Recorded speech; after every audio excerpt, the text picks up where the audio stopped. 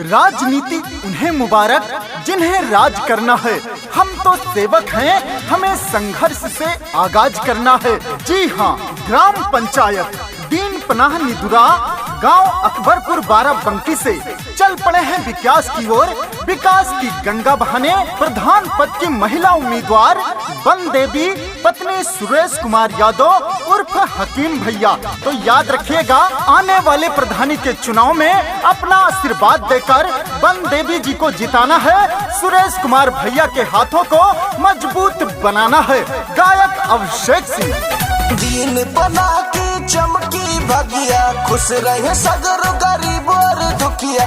दीन बना के चमकी भगिया, खुश रहे सगर गरीब और दुखिया। 24 घंटे मिलेंगे सबको, चाचा हो सरल स्वभाव में, चाचा हो सरल स्वभाव में। बन देवी जी के प्रधान बनैया, सुरेश भैया के प्रधान बनैया। चाचा हो अब की चुनाव में, बन देवी जी के प्रधान बनैया। चाची हो अब की चुनाव में। जो कोई नहीं किया ऐसा काम कर देंगे, पूरा हर गरीबों का अरमान कर देंगे।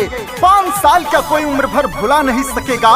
बन के प्रधान बन देवी पत्नी सुरेश कुमार यादव भैया अपने ग्राम पंचायत दीन पनाह का रोशन नाम कर देंगे। तो याद रखिएगा, किसी के लालच किसी के बहकावे में नहीं आना है। अब की बार अपना एक एक वोट आशीर्वाद देकर भारी मतों से विजयी बनाना है बन देवी पत्नी सुरेश कुमार यादव जी को। गौवा में होई विकास हो, केहू न रही निराश हो। सबही के मिली हर सुविधा, माना ये चाचा विश्वास हो, माना ये चाचा विश्वास हो। गौवा में होई विकास हो, केहू न रही निराश हो। सबही के मिली हर सुविधा, माना ये चाचा विश्वास हो। जगह जगह चर्चा इनके सोरे भैलपुर गाँव में, गाँव में, गाँव में। बन देवी जी के प्रधान बनैया, सुरेश भैया के प्रधान बनैया। चाचा हो अब की चुनाव में, बन देवी जी के प्रधान बनैया। ताकि हो अब की चुनाव में। संघर्षों से लड़ना सीखा है, संघर्ष हमारी गाथा है। सत्ता का कोई शौक नहीं, बस गांव के विकास से मेरा नाता है।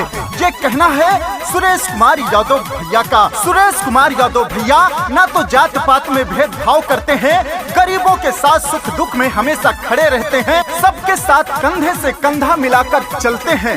तो याद रखिएगा, अपने गांव को विकसित बनाना है, अपने गांव में विकास की गंगा बहाना है। तो याद रखिएगा, अब की बार प्रधान बन देवी पत्नी सुरेश कुमार यादव को बनाना है। काहे हर इंसान हो, अलगे बाइन के पहचान हो।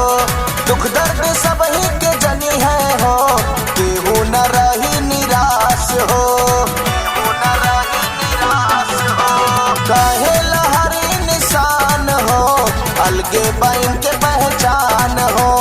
दुख दर्द सब ही के जनी है हो, केहू न रही निराश हो। जाति पात का विचार न कौनो रहे, न भेद भाव में, भाव में, भाव में। बन देवी जी के प्रधान बनैया, सुरेश भैया के प्रधान बनैया। चाचा हो अब की चुनाव में, बन देवी जी के प्रधान बनैया। ताकि हो अब की चुनाव में। सुरेश कुमार यादव उर्फ हकीम भैया का वादा है, जब मैं प्रधान बनूंगा तो अपने ग्राम पंचायत में हर गली में पक्की सड़क बनवाने का काम करूंगा, पक्की नाली बनवाने का काम करूंगा, गरीबों को आवास देने का काम करूंगा, विधवा विकलांग वृद्धा पेंशन पात्रित व्यक्तियों तक पहुंचाऊंगा।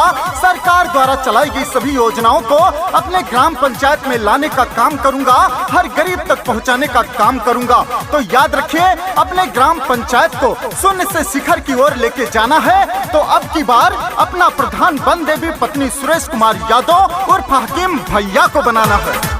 बहकावे में केहू के नया हो, मिल के साथ निभैया हो, घर के हवे अपने बेटे हो, अब की विजय बनैया हो, अब की विजय बनैया हो। बहकावे में केहू के नया हो, मिल के साथ निभैया हो, घर के हवे अपने बेटे हो, अब की विजय बनैया हो। देके वोट सब करिहा सपोर्ट, नहीं आइहा विरोधियन के दाव में, दाव में, दाव में। बन देवी जी के प्रधान बनैया, सुरेश भैया के प्रधान बनैया, चाचा हो अब की चुनाव में। बन देवी जी के प्रधान बनैया, ताकि हो अब की चुनाव में।